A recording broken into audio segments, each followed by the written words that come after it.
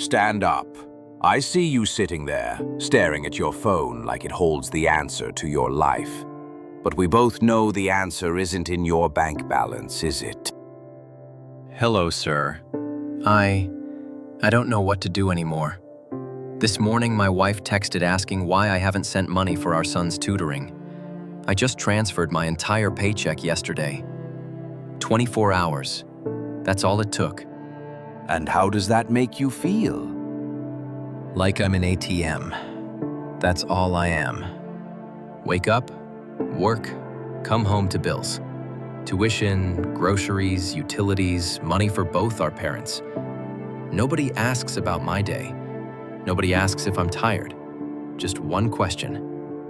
Where's the money?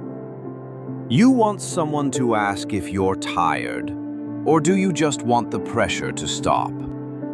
I want to be seen as a person. I want my wife to care about what's happening inside me, not just what's in my wallet. I want her to look at me and see a human being, not a paycheck. Interesting. So when's the last time you asked your wife if she's tired? When's the last time you cared about what's inside her? I do care.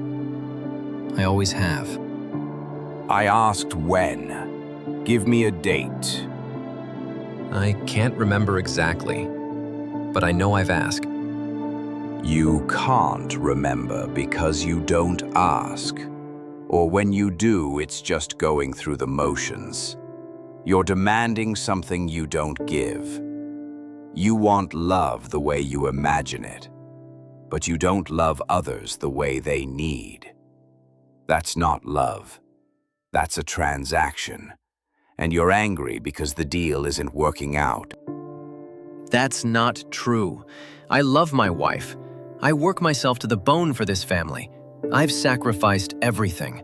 My 20s, my 30s, all gone. Sacrifice, the favorite word of the self-deceived.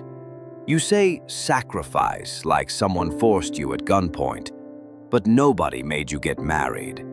Nobody made you have kids. Nobody made you take that job. You chose. The difference is this. People who sacrifice demand repayment. People who choose take responsibility. But I had no choice. I have to make money. I have to provide. That's what men do. There's always a choice. You're just afraid of the cost. You could say no. You could set boundaries. You could ask for respect. You could leave. But you don't. Why? Because I can't abandon my family. I'm a man. Men carry the weight. That's what my father did. Men carry the weight. The mantra you repeat to justify your cowardice. Every time you say, I have to, you give away your power. You're saying, I have no agency. I'm a victim. And when you're a victim, you don't have to change anything. That's the trap you built yourself. Easy for you to say. You don't know my pressure. My parents are aging, my wife doesn't work, my kid needs everything. If I fall, everyone falls. I don't get to be weak. You're right. You don't get to be weak in the system you designed. But notice who designed it. Your wife doesn't work. Who decided that? Your kid goes to expensive schools. Who agreed? Both sets of parents depend on you alone. Who never set limits? You built this prison. You walked in. You locked the door. And now you're crying about being trapped. I did it because I love them. I wanted them to have better than I had. Nothing wrong with that.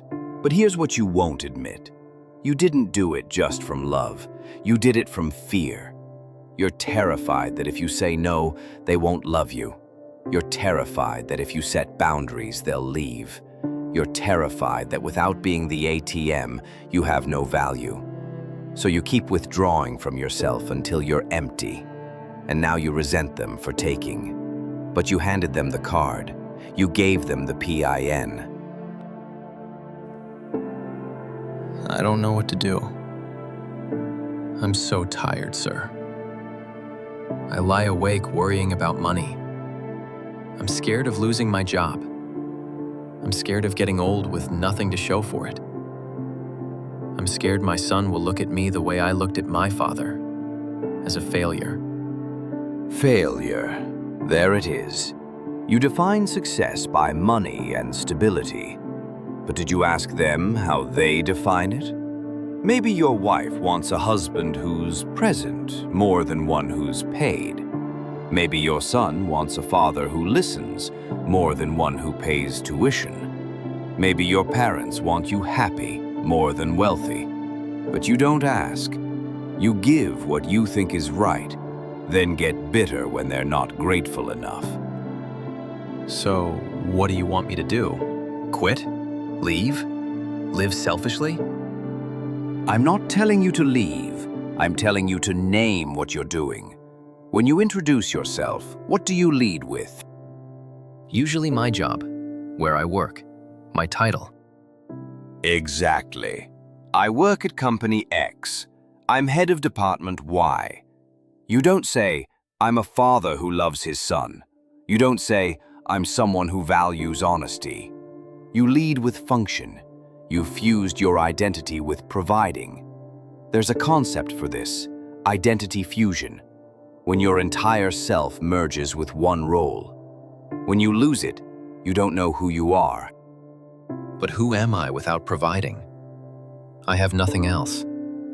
I gave up my hobbies years ago. I don't have real friends. What's left? That's the problem. You were born human, complex, full of possibility. But you turned yourself into a function. You're not an ATM. You're a man playing the role of ATM so long you forgot it's a role. You think it's the only way to be loved, the only way to have worth. My father was the same. Worked himself to death. Heart attack at 58. I remember being angry because he was never there, never at my games, never at events, always working. And now I'm doing exactly the same thing. I'm becoming him. I hate it. At least you see it. But here's what you need to understand. What you're getting isn't really love. It's closer to a rental agreement. They're renting your services, paying you with stability, with occasional, you work so hard when you're breaking. You call it marriage. I call it a contract. Are you saying my wife doesn't love me?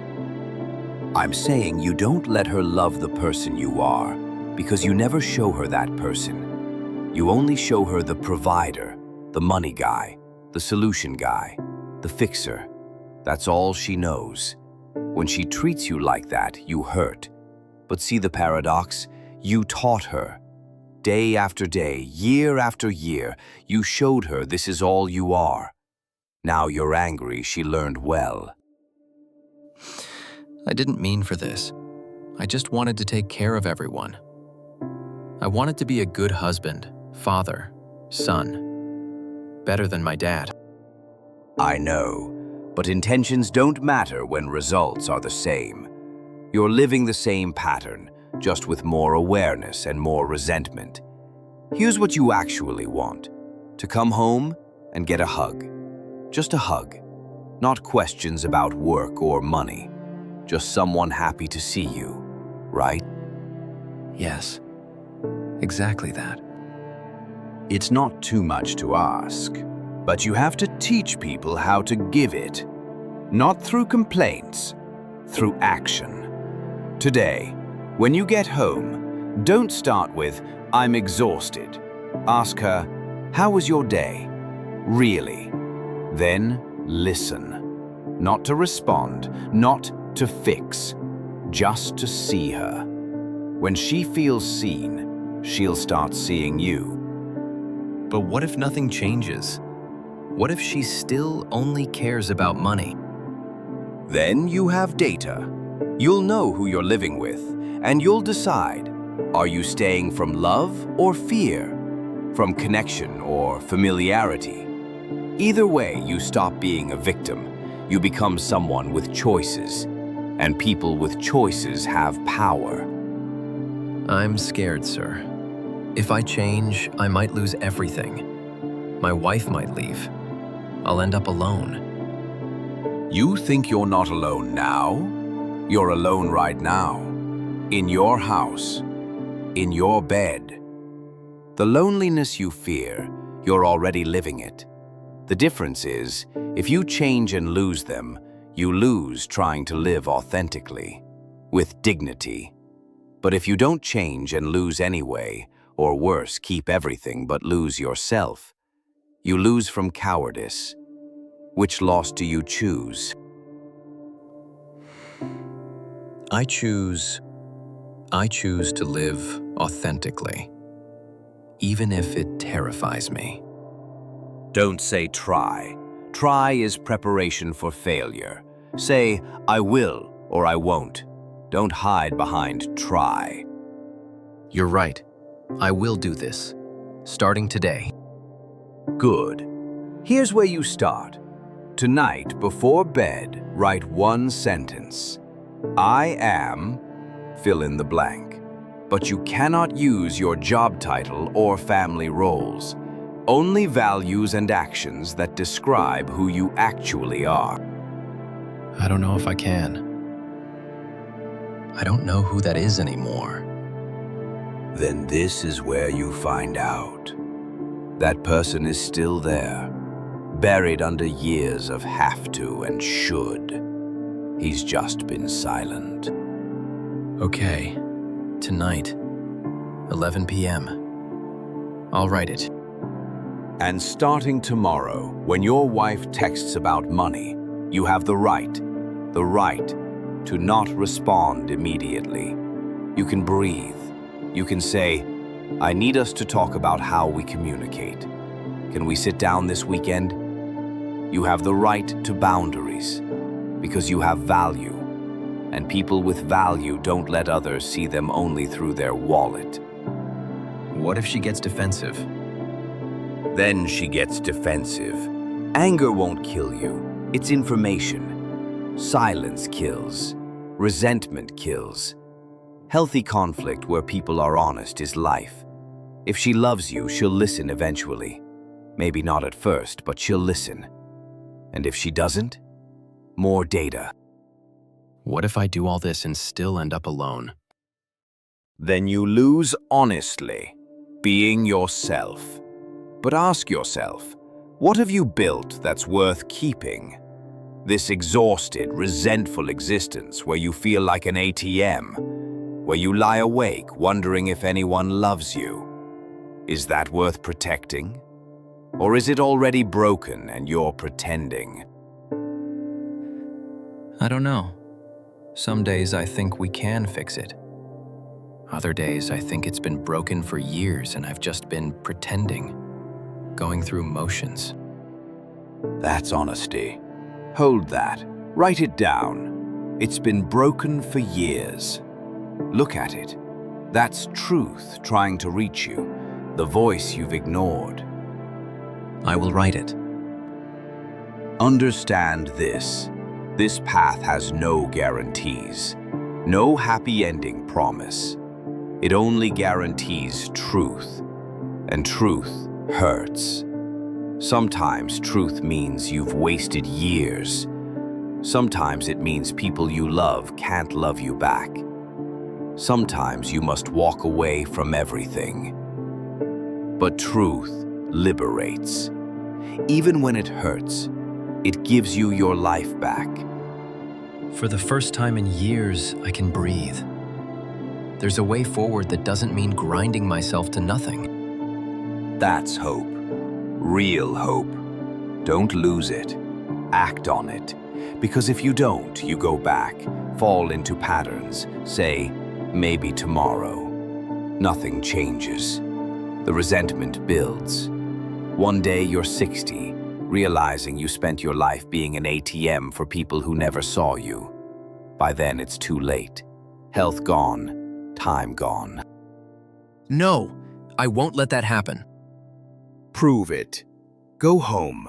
Write that sentence tonight at 11 p.m. exactly. Make it ritual. Tomorrow, have the conversation. Real, no hiding. Tell her how you feel, what you need. If she can't hear it, you'll know. Harder choices await, but they'll be your choices. This is a vow, not emotion. I will write tonight. I will talk tomorrow. I will set boundaries, even terrified. Good. Now go. Remember, the cost of doing nothing is another week dead inside, another month of resentment, another year wasted. You don't have infinite time. Every day waiting is a day you can't reclaim. Start tonight. Thank you, sir. First time in years I feel hope. Like maybe I can change things. Don't thank me. Hope was always there. You just kept your eyes closed because looking hurt too much.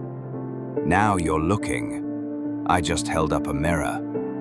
What you do with what you see, that's yours. Okay, going home. Tonight, the sentence. Tomorrow, the conversation. I'm doing this. Good. Remember, you're not an ATM. Never were. You're a man who forgot he was a man. Now you're remembering. Don't forget again. One thing. What if I fail? What if I can't do this? Then you fail. You learn. You try again. Failure isn't the end. Giving up is.